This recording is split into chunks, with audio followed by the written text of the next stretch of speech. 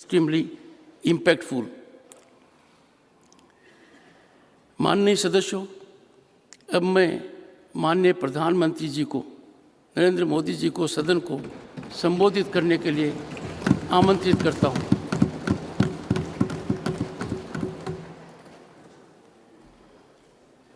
आदरणीय सभापति जी, हम सब के लिए आज का ये दिवस यादगार भी है, ऐतिहासिक भी है। इससे पहले मुझे लोकसभा में भी अपनी भावना को व्यक्त करने का अवसर मिला था। अब राज्यसभा में भी आज आपने मुझे अवसर दिया है, मैं आपका आभारी हूँ।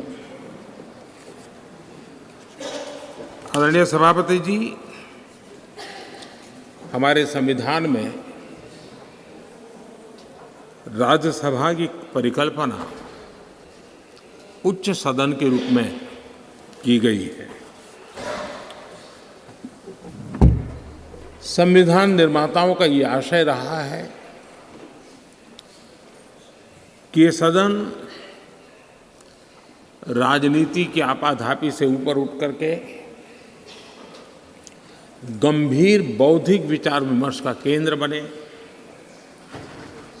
और देश को दिशा देने का सामर्थ्य यहीं से निकले, ये स्वाभाविक देश की अपेक्षा भी रहे और लोकतंत्र की समृद्धि में ये योगदान ही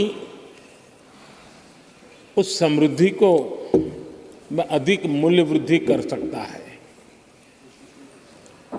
आदरणीय सभापति जी,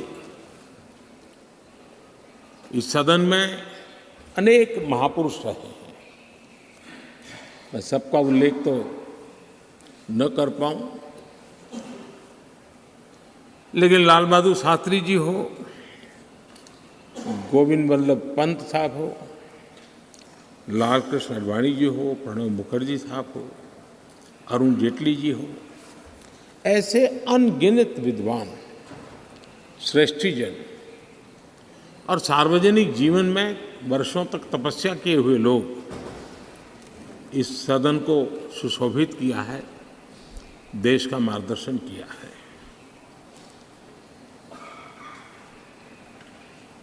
ऐसे कितने ही सदस्य जिन्होंने एक प्रकार से व्यक्ति स्वयं में एक संस्था के रहे, एक इंडिपेंडेंट थिंक टैंक के रूप में अपना सामर्थ्य देश को उसका लाभ देने वाले लोग भी हमें रहे हैं। संसदीय इतिहास के शुरुआती दिनों में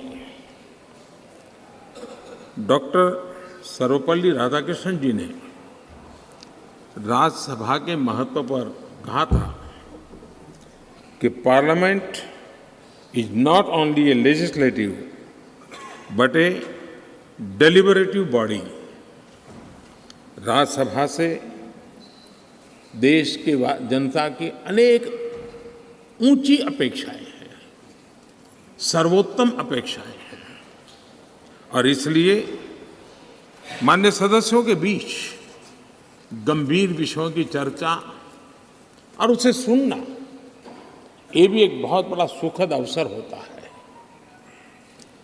नया संसद भवन एक सिर्फ नई बिल्डिंग नहीं है, लेकिन ये एक नई शुरुआत का प्रतीक भी है।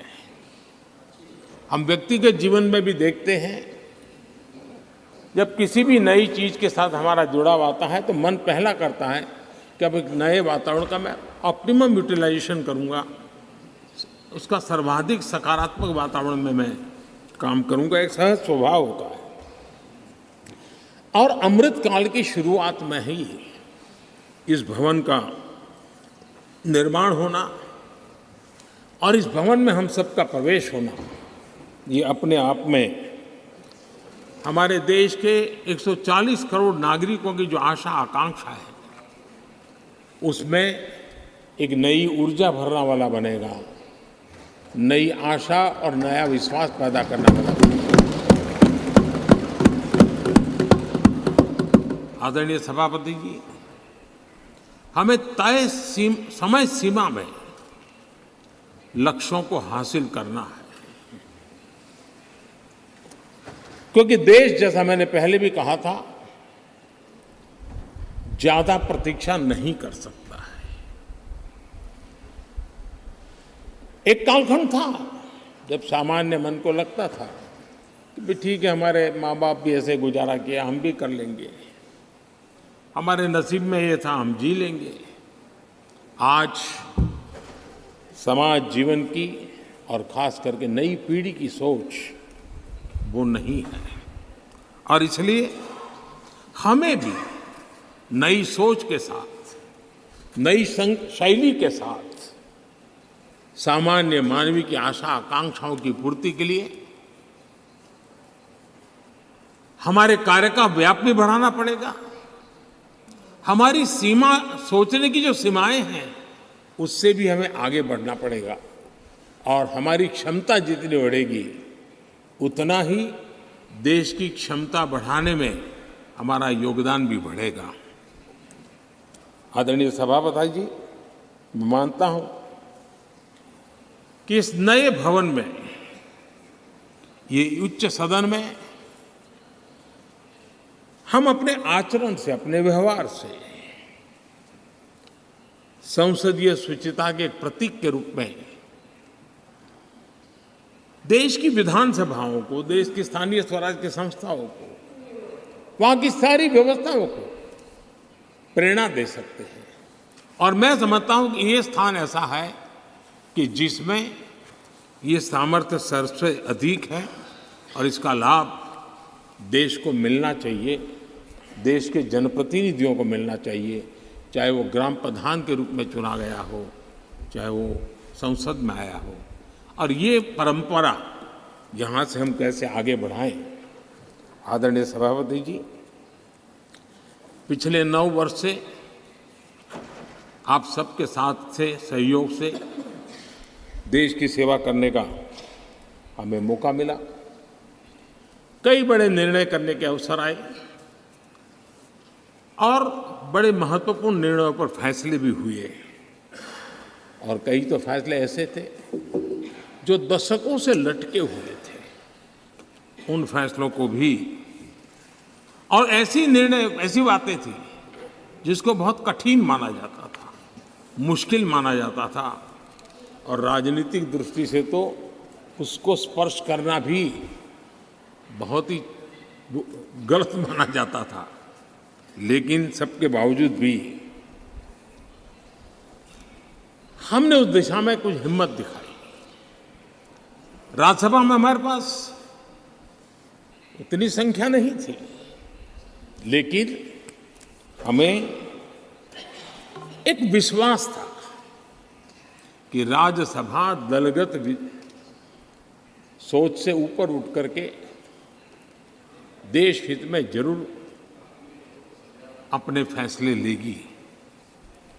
और मैं आज बड़े संतोष के साथ कह सकता हूं कि उदार सोच के परिणाम हमारे पास संख्या बल कम होने के बावजूद भी आप सभी माननीय सांसदों की मैच्योरिटी के कारण, समझ के कारण, राष्ट्रहित के प्रति अपनी जिम्मेवारी के कारण, आप सबके सहयोग से हम कई ऐसे कठिन निर्णय भी कर पाए, और राज्यसभा की गरिमा को ऊपर उठाने का काम सदस्य संख्या के बल पर नहीं, समझदारी के सामर्थ्य पर आगे बढ़ा। इससे बड़ा संतोष क्या हो सकता है। और इसलिए मैं सदन के सभी माननीय सांसदों का, जो आज वह हैं, जो इसके पहले थे, उन सब का धन्यवाद करता हूं। आदरणीय सभापति जी, लोकतंत्र में कौन शासन में आएगा, कौन नहीं आएगा, कौन कब आएगा, ये क्रम चलता रहता है, वो बहुत स्वाभाविक भी है, और वो लोकतंत्र की स्वाभाविक उसकी प्रकृति और प्रवृत्ति भी है। लेकिन जब भी विषय देश के लिए सामने आए, हम सब ने मिल करके राजनीति से ऊपर उठ करके देश के हितों को सर्वोपरि रखते हुए कार्य करने का प्रयास किया है। आदरणीय सभापति जी, राज्यसभा एक प्रकार से राज्यों का भी प्रतिनिधित्व करती है। एक प्रकार से कोऑपरेटिव फेडरलिज्म, और अब हम जब कॉम्पिटिटिव कोऑपरेटिव फेडरलिज्म पर बल दे रहे हैं, तब हम देख रहे हैं कि अत्यंत सहयोग के साथ अनेक ऐसे मसले रहे हैं, देश आगे बढ़ा है। कोविड का संकट बहुत बड़ा था, दुनिया ने भी परेशानी झेली, हम लोगों ने भी झेली है, लेकिन हमारे फेडरलिज्म की ताकत थी कि केंद्र और राज्यों ने मिल करके जिससे जो बन पड़ता है बन कर करके देश की बहुत बड़े संकट से मुक्ति दिलाने का प्रयास किया। और ये हमारे कोऑपरेटिव फेडरलिज्म की ताकत को बल देता है, हमारे फेडरल स्ट्रक्चर को की एक ताकत, उसने अनेक संकटों का सामना किया है। और हमने सिर्फ संकटों के समय नहीं, उत्सव के समय भी दुनिया के सामने भारत की उस ताकत को पेश किया है जिससे दुनिया प्रभावित हुई है। भारत की विविधता, भारत के इतने राजनीतिक दल, भारत में इतने मीडिया हाउसेस, भारत के इतना रहन सहन, बोलियां, ये सारी चीजें G20 समिट में, राज्यों में जो समिट हुई, क्योंकि दिल्ली में तो बहुत देर से आए, लेकिन उसके पहले देश के 60 जितने शहरों में 220 से ज़्यादा समिट होना, और हर राज्य ने बढ़ चढ़ कर के बड़े उत्साह के साथ विश्व को प्रभावित करें, इस प्रकार से मेहमान नवाजी भी की। और जो डेलिब्रेशंस हुए, उसने तो दुनिया को दिशा देने का सामर्थ्य दिखाया है। और ये हमारे फेडरलिज्म की ताकत है, और उसी फेडरलिज्म के कारण और उसी कोऑपरेटिव फेडरलिज्म के कारण आज हम यहाँ प्रगति कर रहे हैं। आदरणीय सभापति जी, इस नए सदन में भी, नई हमारी इस पार्लियामेंट बिल्डिंग में भी उस फेडरलिज्म का एक अंश जरूर नजर आता है, क्योंकि जब बनता था तब राज्यों से प्रार्थना की गई थी कि कई बातें ऐसी हैं जिसमें हमें राज्यों की कोई न कोई याद यहाँ चाहिए, लगना चाहिए कि ये भारत के सभी राज्यों का प्रतिनिधित्व यहाँ है। और यहाँ कई प्रकार की ऐसी कलाकृतियाँ, कई चित्र जो पूरे हमारी दीवारों की शोभा बढ़ा रहे हैं, वो राज्यों ने पसंद करके अपने यहाँ राज्य की श्रेष्ठ चीज़ भेजी है। यानी एक प्रकार से यहाँ के वातावरण में भी राज्य भी है, राज्यों की विविधता भी है, और फेडरलिज्म की सुगंध भी है।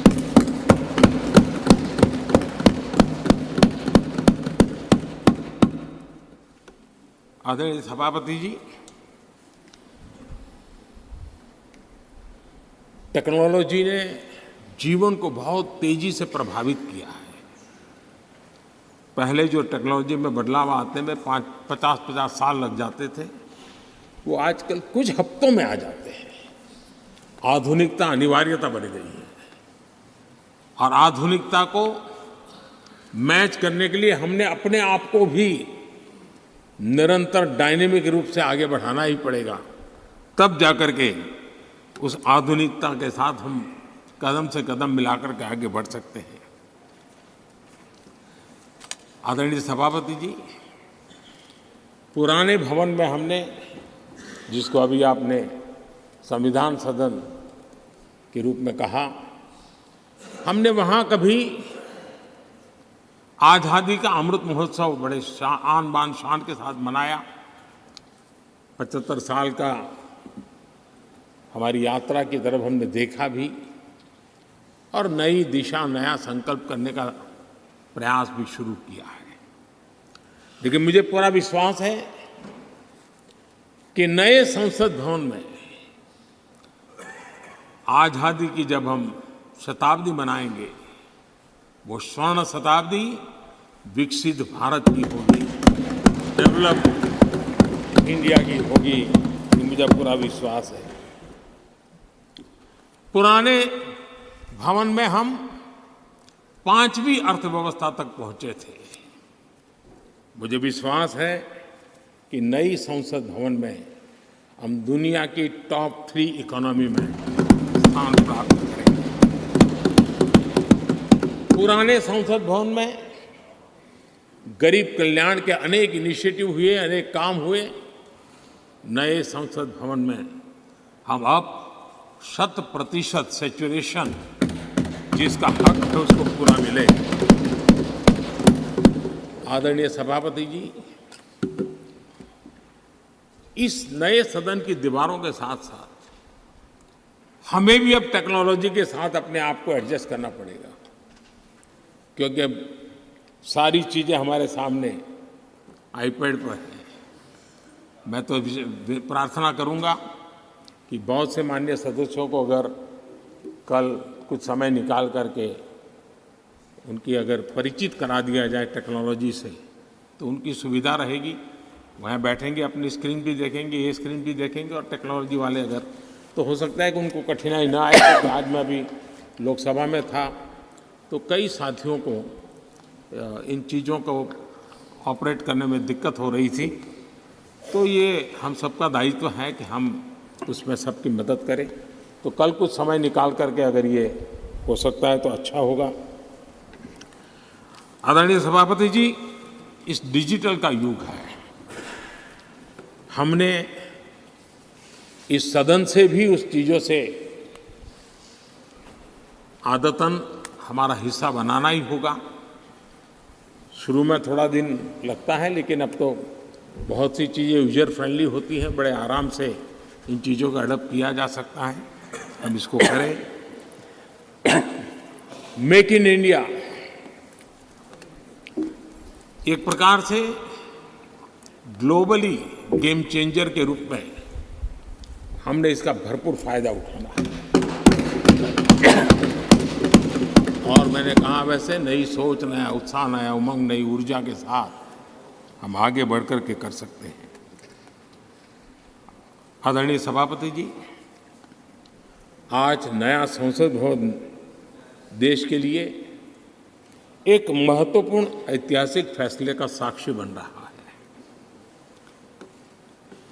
अभी पार्लियामेंट लोकसभा में एक बिल प्रस्तुत किया गया है, वहाँ पर चर्चा होने के बाद यहाँ भी आएगा। नारी शक्ति के सशक्तिकरण की दिशा में जो पिछले अनेक वर्षों से महत्वपूर्ण कदम उठाए गए हैं, उसमें एक अत्यंत महत्वपूर्ण कदम आज हम सब मिलकर के उठाने जा रहे हैं। सरकार का प्रयास रहा ईज ऑफ लिविंग का, क्वालिटी ऑफ लाइफ का। और जब ease of living, quality of life की बात करते हैं तो उसकी पहली हकदार हमारी बहनें होती हैं, हमारी नारी होती है, क्योंकि उसी को सब चीज़ें झेलनी पड़ती हैं। और इसलिए हमारी प्रयास रहा है, और राष्ट्र निर्माण की उनकी भूमिका बढ़े, ये भी हमारी उतनी ही जिम्मेवारी है। अनेक नए नए सेक्टर्स हैं जिसमें महिलाओं की शक्ति, महिलाओं की भागीदारी निरंतर सुनिश्चित की जा रही है। माइनिंग में बहनें काम कर सके, निर्णय हमारे ही सांसदों की मदद से हुआ। हमने सैनिक स्कूलों को बेटियों के लिए दरवाजे खोल दिए, क्योंकि बेटियों में जो सामर्थ्य है, उस सामर्थ्य को अब अवसर मिलना चाहिए। उनके लिए मन में इफ्स एंड बट्स का युग खत्म हो चुका है। हम जितना सामर्थ्य, हम जितनी सुविधा देंगी, उतनी सामर्थ्य हमारी मातृशक्ति, हमारी बेटियां, हमारी बहनें दिखाएंगी।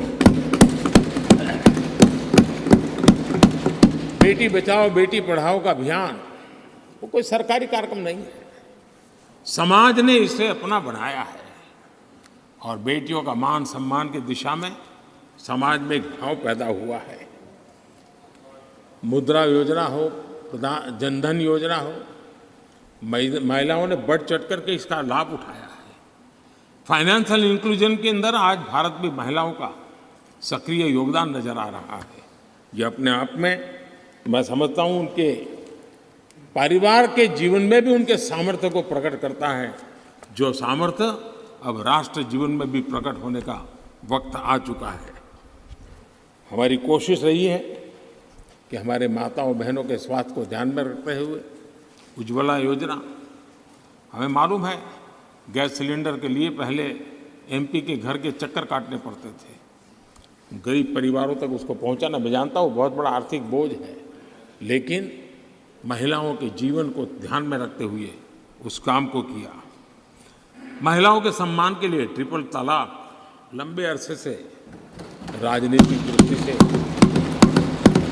राजनीतिक लाभालाभ का शिकार हो चुका था। इतना बड़ा मानवीय निर्णय, लेकिन हम सभी माननीय सांसदों की मदद से उसको कर पाया। नारी सुरक्षा के लिए कड़े कानून बनाने का काम भी हम सब कर पाए हैं।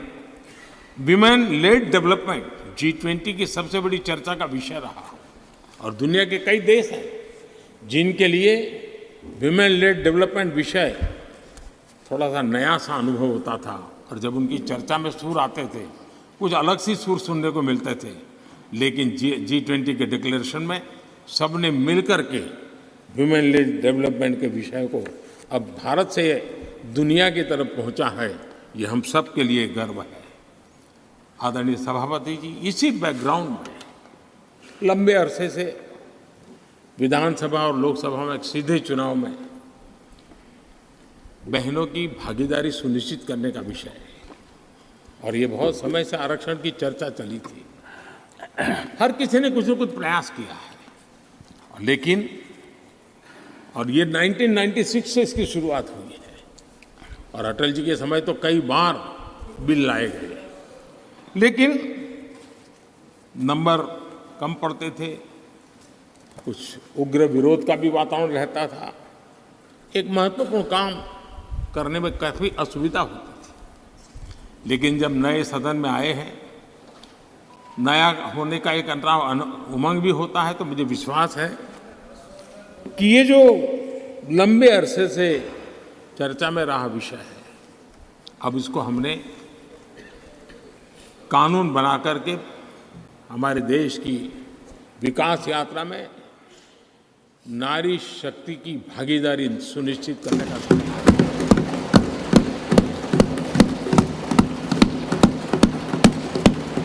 और इसलिए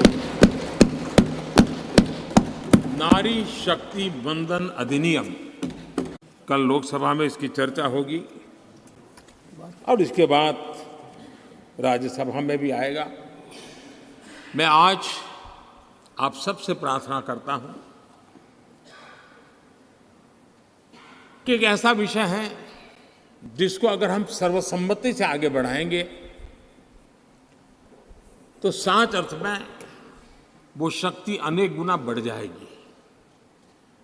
और जब भी बिल हम सबके सामने आए, तब मैं राज्यसभा के सभी मेरे माननीय सांसद साथियों से आज आग्रह करने आया हूं कि हम सर्वसम्मति से जब भी उसकी निर्णय करने का अवसर आए, आने वाले 1-2 दिन में आप सबके सहयोग की अपेक्षा साथ मैं मेरी वाणी को विराम देता हूं। बहुत बहुत धन्यवाद।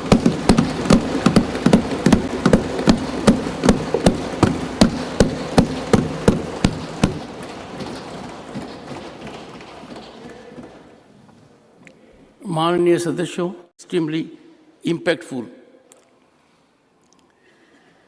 माननीय सदस्यों, अब मैं माननीय प्रधानमंत्री जी को, नरेंद्र मोदी जी को सदन को संबोधित करने के लिए आमंत्रित करता हूं।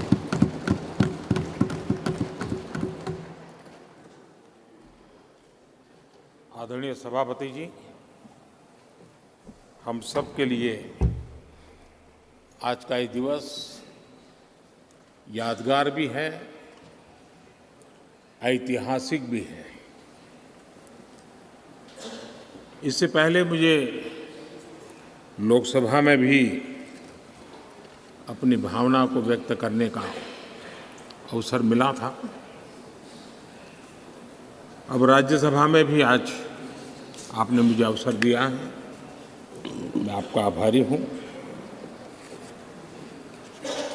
आदरणीय सभापति जी, हमारे संविधान में राज्यसभा की परिकल्पना उच्च सदन के रूप में की गई है। संविधान निर्माताओं का ये आशय रहा है कि ये सदन राजनीति की आपाधापी से ऊपर उठ करके गंभीर बौद्धिक विचार विमर्श का केंद्र बने और देश को दिशा देने का सामर्थ्य यहीं से निकले, ये स्वाभाविक देश की अपेक्षा भी रहे और लोकतंत्र की समृद्धि में ये योगदान ही उस समृद्धि को में अधिक मूल्य वृद्धि कर सकता है। आदरणीय सभापति जी, इस सदन में अनेक महापुरुष रहे हैं। मैं सबका उल्लेख तो न कर पाऊं, लेकिन लाल बहादुर शास्त्री जी हो, गोविंद वल्लभ पंत साहब हो, लाल कृष्ण आडवाणी जी हो, प्रणब मुखर्जी साहब हो, अरुण जेटली जी हो, ऐसे अनगिनत विद्वान श्रेष्ठीजन और सार्वजनिक जीवन में वर्षों तक तपस्या किए हुए लोग इस सदन को सुशोभित किया है, देश का मार्गदर्शन किया है।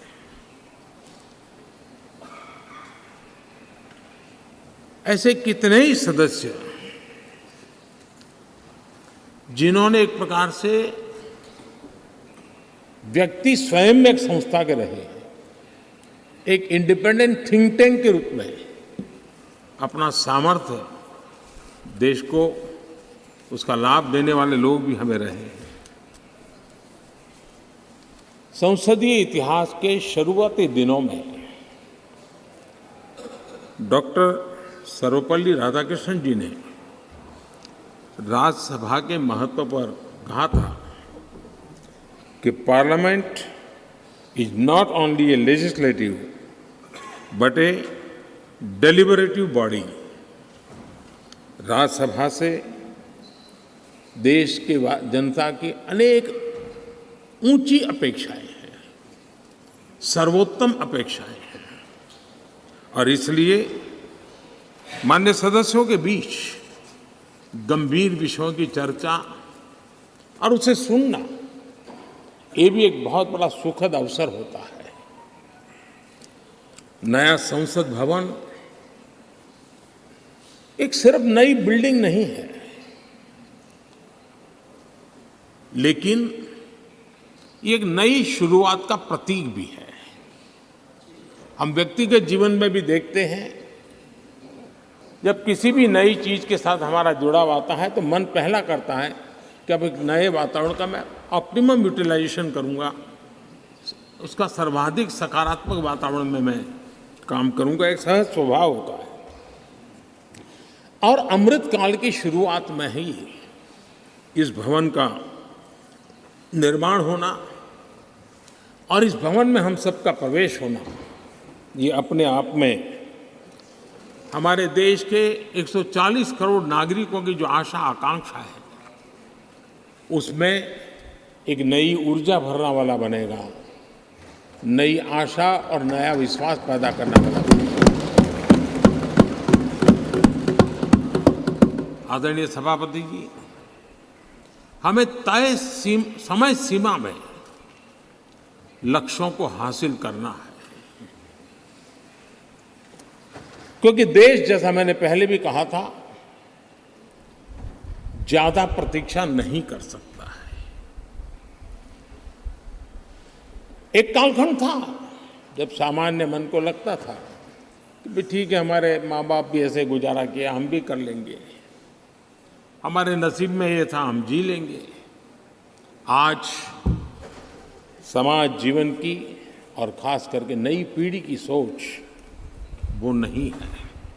और इसलिए हमें भी नई सोच के साथ, नई शैली के साथ सामान्य मानवी की आशा आकांक्षाओं की पूर्ति के लिए हमारे कार्य का व्याप भी बढ़ाना पड़ेगा। हमारी सीमा, सोचने की जो सीमाएं हैं, उससे भी हमें आगे बढ़ना पड़ेगा। और हमारी क्षमता जितनी बढ़ेगी, उतना ही देश की क्षमता बढ़ाने में हमारा योगदान भी बढ़ेगा। आदरणीय सभापति जी, मैं मानता हूं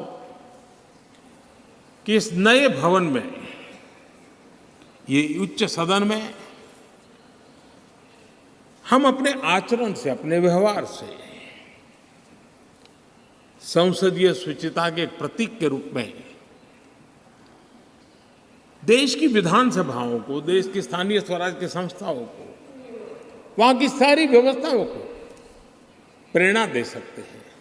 और मैं समझता हूं कि ये स्थान ऐसा है कि जिसमें ये सामर्थ्य सबसे अधिक है और इसका लाभ देश को मिलना चाहिए, देश के जनप्रतिनिधियों को मिलना चाहिए, चाहे वो ग्राम प्रधान के रूप में चुना गया हो, चाहे वो संसद में आया हो। और ये परंपरा यहाँ से हम कैसे आगे बढ़ाएं। आदरणीय सभापति जी, पिछले 9 वर्ष से आप सबके साथ से, सहयोग से देश की सेवा करने का हमें मौका मिला। कई बड़े निर्णय करने के अवसर आए और बड़े महत्वपूर्ण निर्णयों पर फैसले भी हुए।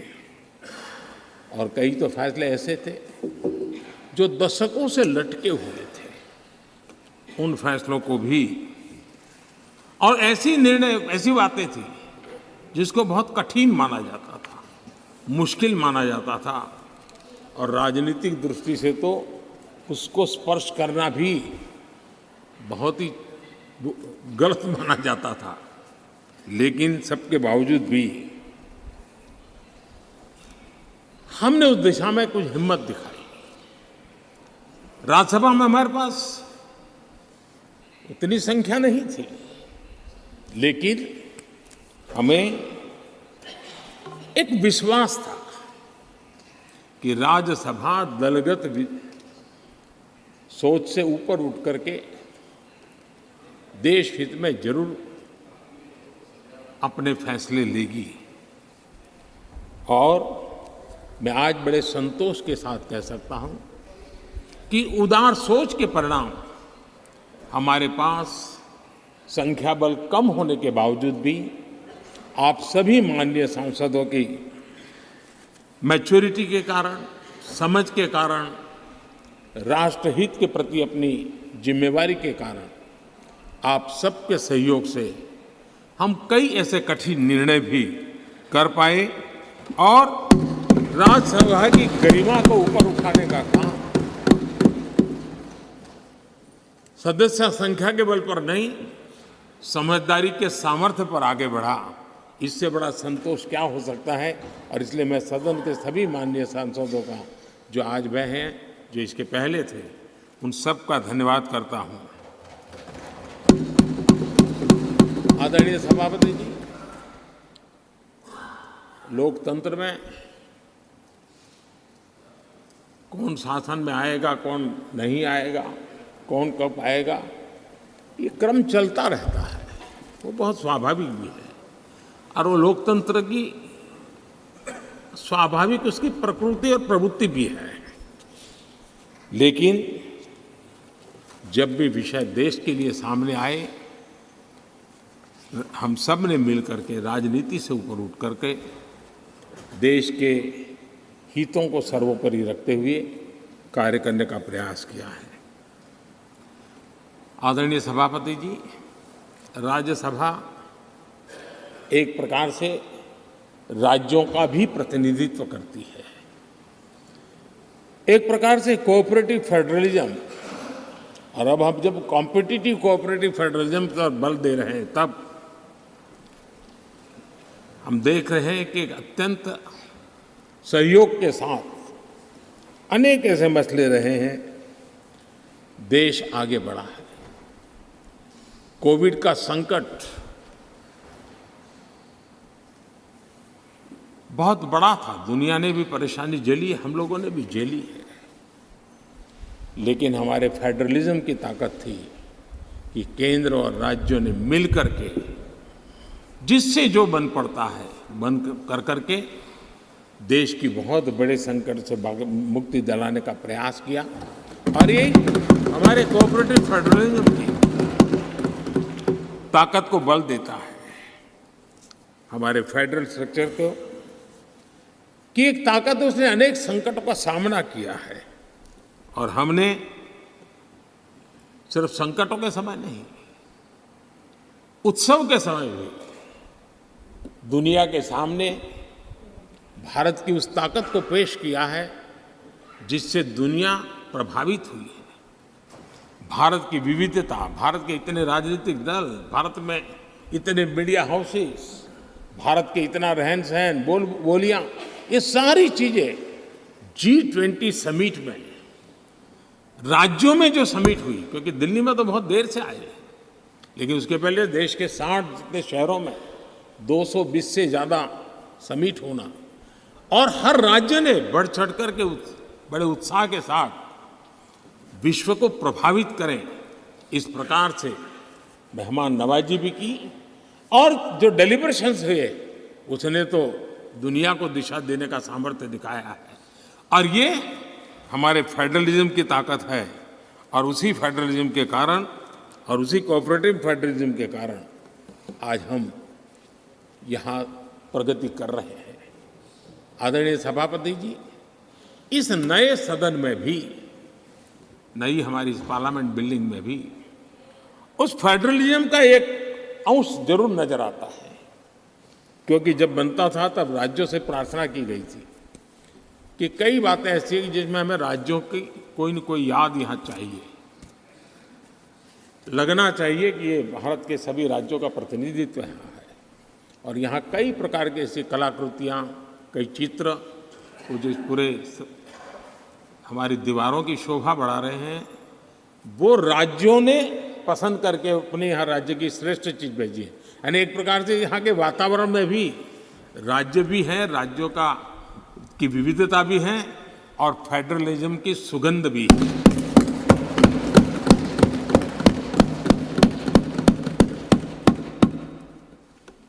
आदरणीय सभापति जी, टेक्नोलॉजी ने जीवन को बहुत तेजी से प्रभावित किया है। पहले जो टेक्नोलॉजी में बदलाव आते में 50-50 साल लग जाते थे, वो आजकल कुछ हफ्तों में आ जाते हैं। आधुनिकता अनिवार्यता बन गई है और आधुनिकता को मैच करने के लिए हमने अपने आप को भी निरंतर डायनेमिक रूप से आगे बढ़ाना ही पड़ेगा। तब जाकर के उस आधुनिकता के साथ हम कदम से कदम मिलाकर के आगे बढ़ सकते हैं। आदरणीय सभापति जी, पुराने भवन में हमने, जिसको अभी आपने संविधान सदन के रूप में कहा, हमने वहाँ कभी आज़ादी का अमृत महोत्सव बड़े आन बान शान के साथ मनाया। 75 साल का हमारी यात्रा की तरफ हमने देखा भी और नई दिशा, नया संकल्प करने का प्रयास भी शुरू किया है। लेकिन मुझे पूरा विश्वास है कि नए संसद भवन में आज़ादी की जब हम शताब्दी मनाएंगे, वो स्वर्ण शताब्दी विकसित भारत की होगी, डेवलप्ड इंडिया की होगी, ये मुझे पूरा विश्वास है। पुराने भवन में हम 5वीं अर्थव्यवस्था तक पहुंचे थे। मुझे विश्वास है कि नई संसद भवन में हम दुनिया की टॉप 3 इकोनॉमी में स्थान प्राप्त करेंगे। पुराने संसद भवन में गरीब कल्याण के अनेक इनिशिएटिव हुए, अनेक काम हुए। नए संसद भवन में हम अब 100% सैचुरेशन, जिसका हक है उसको पूरा मिले। आदरणीय सभापति जी, इस नए सदन की दीवारों के साथ-साथ हमें भी अब टेक्नोलॉजी के साथ अपने आप को एडजस्ट करना पड़ेगा, क्योंकि अब सारी चीज़ें हमारे सामने आईपैड पर हैं। मैं तो प्रार्थना करूंगा कि बहुत से माननीय सदस्यों को अगर कल कुछ समय निकाल करके उनकी अगर परिचित करा दिया जाए टेक्नोलॉजी से, तो उनकी सुविधा रहेगी। वहाँ बैठेंगे, अपनी स्क्रीन भी देखेंगे, ये स्क्रीन भी देखेंगे, और टेक्नोलॉजी वाले अगर, तो हो सकता है कि उनको कठिनाई ना आए। तो आज मैं अभी लोकसभा में था तो कई साथियों को इन चीज़ों को ऑपरेट करने में दिक्कत हो रही थी। तो ये हम सबका दायित्व है कि हम उसमें सबकी मदद करें। तो कल कुछ समय निकाल करके अगर ये हो सकता है तो अच्छा होगा। आदरणीय सभापति जी, इस डिजिटल का युग है। हमने इस सदन से भी उस चीज़ों से आदतन हमारा हिस्सा बनाना ही होगा। शुरू में थोड़ा दिन लगता है, लेकिन अब तो बहुत सी चीज़ें यूजर फ्रेंडली होती हैं, बड़े आराम से इन चीज़ों का अडॉप्ट किया जा सकता है। हम इसको करें। मेक इन इंडिया एक प्रकार से ग्लोबली गेम चेंजर के रूप में हमने इसका भरपूर फायदा उठाना है। और मैंने कहा, वैसे नई सोच, नया उत्साह, नया उमंग, नई ऊर्जा के साथ हम आगे बढ़कर के कर सकते हैं। आदरणीय सभापति जी, आज नया संसद भवन देश के लिए एक महत्वपूर्ण ऐतिहासिक फैसले का साक्षी बन रहा है। अभी पार्लियामेंट लोकसभा में एक बिल प्रस्तुत किया गया है, वहाँ पर चर्चा होने के बाद यहाँ भी आएगा। नारी शक्ति के सशक्तिकरण की दिशा में जो पिछले अनेक वर्षों से महत्वपूर्ण कदम उठाए गए हैं, उसमें एक अत्यंत महत्वपूर्ण कदम आज हम सब मिलकर के उठाने जा रहे हैं। सरकार का प्रयास रहा ईज ऑफ लिविंग का, क्वालिटी ऑफ लाइफ का। और जब ease of living, quality of life की बात करते हैं तो उसकी पहली हकदार हमारी बहनें होती हैं, हमारी नारी होती है, क्योंकि उसी को सब चीज़ें झेलनी पड़ती हैं। और इसलिए हमारी प्रयास रहा है, और राष्ट्र निर्माण की उनकी भूमिका बढ़े, ये भी हमारी उतनी ही जिम्मेवारी है। अनेक नए नए सेक्टर्स हैं जिसमें महिलाओं की शक्ति, महिलाओं की भागीदारी निरंतर सुनिश्चित की जा रही है। माइनिंग में बहनें काम कर सके, निर्णय हमारे ही सांसदों की मदद से हुआ। हमने सैनिक स्कूलों को बेटियों के लिए दरवाजे खोल दिए, क्योंकि बेटियों में जो सामर्थ्य है, उस सामर्थ्य को अब अवसर मिलना चाहिए। उनके लिए मन में इफ्स एंड बट्स का युग खत्म हो चुका है। हम जितना सामर्थ्य, हम जितनी सुविधा देंगी, उतनी सामर्थ्य हमारी मातृशक्ति, हमारी बेटियां, हमारी बहनें दिखाएंगी। बेटी बचाओ बेटी पढ़ाओ का अभियान वो कोई सरकारी कार्यक्रम नहीं है, समाज ने इसे अपना बनाया है। और बेटियों का मान सम्मान की दिशा में समाज में एक भाव पैदा हुआ है। मुद्रा योजना हो, जनधन योजना हो, महिलाओं ने बढ़ चढ़ करके इसका लाभ उठाया है। फाइनेंशियल इंक्लूजन के अंदर आज भारत में महिलाओं का सक्रिय योगदान नजर आ रहा है। ये अपने आप में मैं समझता हूँ उनके परिवार के जीवन में भी उनके सामर्थ्य को प्रकट करता है, जो सामर्थ्य अब राष्ट्र जीवन में भी प्रकट होने का वक्त आ चुका है। हमारी कोशिश रही है कि हमारे माताओं बहनों के स्वास्थ्य को ध्यान में रखते हुए उज्ज्वला योजना, हमें मालूम है गैस सिलेंडर के लिए पहले एमपी के घर के चक्कर काटने पड़ते थे, गरीब परिवारों तक उसको पहुंचाना, मैं जानता हूँ बहुत बड़ा आर्थिक बोझ है, लेकिन महिलाओं के जीवन को ध्यान में रखते हुए उस काम को किया। महिलाओं के सम्मान के लिए ट्रिपल तलाक लंबे अरसे से राजनीतिक दृष्टि से राजनीतिक लाभालाभ का शिकार हो चुका था। इतना बड़ा मानवीय निर्णय, लेकिन हम सभी माननीय सांसदों की मदद से उसको कर पाया। नारी सुरक्षा के लिए कड़े कानून बनाने का काम भी हम सब कर पाए हैं। विमेन लेड डेवलपमेंट G20 की सबसे बड़ी चर्चा का विषय रहा और दुनिया के कई देश हैं जिनके लिए विमेन लेड डेवलपमेंट विषय थोड़ा सा नया सा अनुभव होता था और जब उनकी चर्चा में सुर आते थे कुछ अलग सी सुर सुनने को मिलते थे। लेकिन G20 के डिक्लेरेशन में सबने मिलकर के विमेन लेड डेवलपमेंट के विषय को अब भारत से दुनिया की तरफ पहुंचा है, ये हम सब के लिए गर्व है।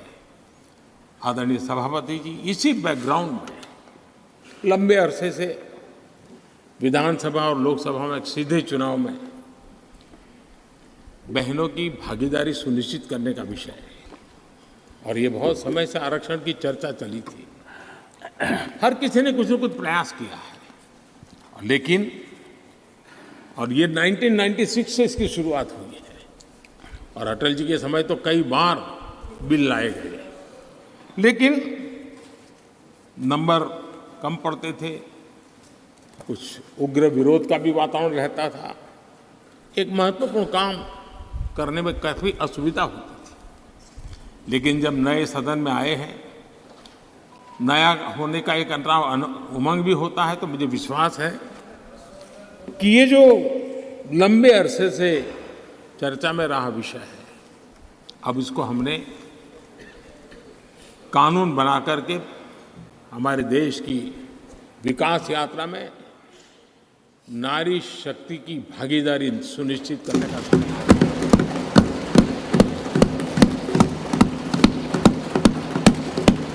और इसलिए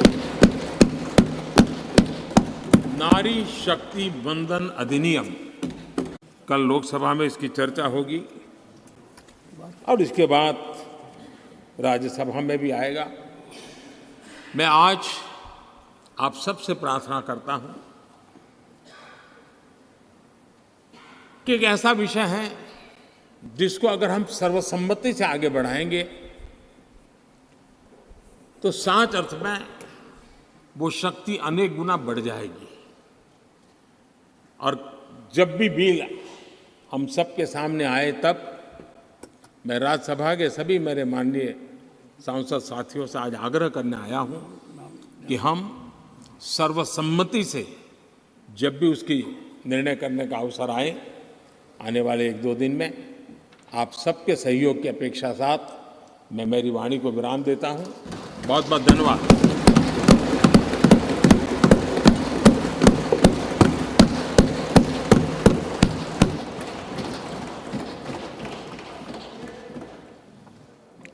माननीय सदस्यों,